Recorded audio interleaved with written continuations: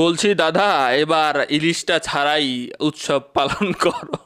আমাদের মৎস্য উপদেষ্টা বলে দিয়েছে ক্ষমা চাই, তবু ইলিশ চাইও না, কারণ বাংলাদেশের মানুষ ইলিশ খাইতে পারে না, তোমাদেরকে কেন পাঠাবো? আমাদের দেশেও তো উৎসব হয়, একই উৎসব। আমাদের দেশের চাহিদা আগে মেটানো হোক। আমাদের আগে যে প্রধানমন্ত্রী ছিল, সে 4,000 টন প্রতি বছর যে পাঠাইতো, এই সিদ্ধান্ত মোটেও আমি সাধুবাদ জানাচ্ছি না। এটা মোটেও উচিত করেননি তিনি।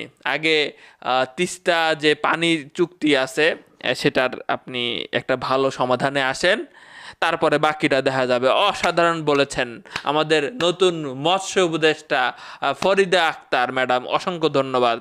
আজকে 400 কেজি ইলিশ পাচারের সময় ধরা হয়েছে, সাবাস। তবে কথা হচ্ছে, বাংলাদেশের থেকে ইলিশ কিন্তু কিনতেছে তারা যে কোনোভাবে